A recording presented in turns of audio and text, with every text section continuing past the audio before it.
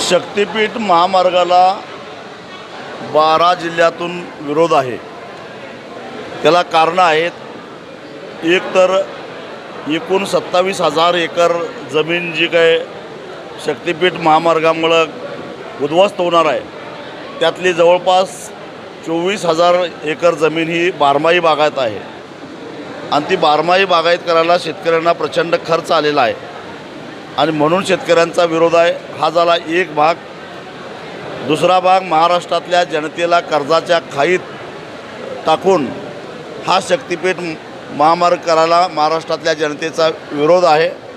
Number 3, या शक्तिपीठ महामार्गामुळं सांगली कोल्हापूर या 2 जिल्ह्यातल्या कृष्णा आणि त्याच्या उपनद्यांना जो भराव टाकून पुलं बांधली जाणार आहेत, त्यामुळं महापुराचा फार मोठा धोका निर्माण होतो।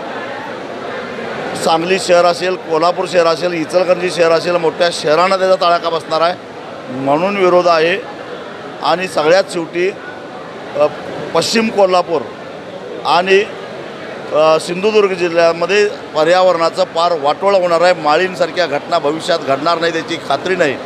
अनेक नैसर्गिक जलस्रोत नष्ट होणार आहेत आणि म्हणून या शक्तिपीठ महामार्गाला स्थानिकांचा विरोध आहे। आम्ही तो होऊन देणार नाही। एक पर्यायी रस्ता असताना नागपूर रत्नागिरी महामार्ग हा कोल्हापूरपर्यंत पूर्ण झालेला आहे आणि कोल्हापूरपासून कोकणात यायला 6 रस्ते आहेत, त्यामुळं नव्या रस्त्याची गरज नाही आणि म्हणून केवळ 50-60 कोटी रुपये 50-60 हजार कोटी रुपये या रस्त्याच्या निमित्तानं निवडणुकीसाठी निधी उभा करायचा, यासाठी म्हणून जर का जनतेचा विरोध असताना हा रस्ता होणार असेल तर तो रस्ता आम्ही होऊन देणार नाही।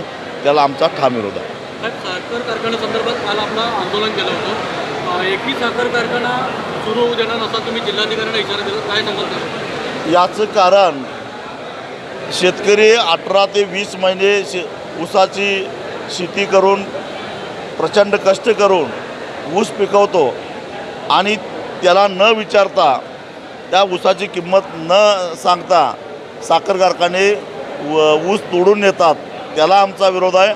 मागच्या वर्षी साखर कारखान्यांनी जो ऊस तोडून नेला त्याचा अजून हिशेब पूर्ण व्हायचा आहे आणि म्हणून आमची भूमिका अशी आहे की मागच्या वर्षीचा हिशेब पूर्ण करा, यावर्षी किती देणार सांगा, कारखाने खुशाल चालू करा।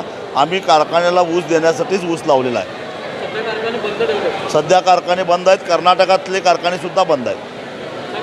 संध्याकाळी 4 वाजता आचारसंहिता लागल्याच्या निवडणूक आयोगाची पत्रकार परिषद कसं बघता सगळ्या जिल्हा नगरपंचायत निवडणुका होणार आहे?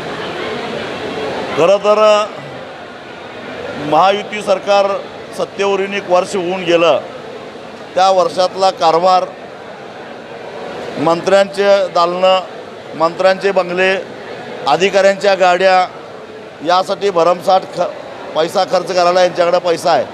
नागपूर अधिवेशन फक्त 2 आठवड्याचं असतं तर अध्यक्षाच्या बंगल्यावर 1 कोटी रुपये 2 आठवड्यासाठी खर्च व्हायला लागलेले आहेत। असं म्हणजे एखाद्या विलासी राजानं जगावं अशा पद्धतीचा कारभार जो काय या लोकांनी आत्तापर्यंत केलेला आहे, तो बघता नागरी भाग असो किंवा ग्रामीण भाग असो, या लोकांना किंवा यांच्या समर्थकांना लोक दारात उभा करतील असं मला वाटत नाही।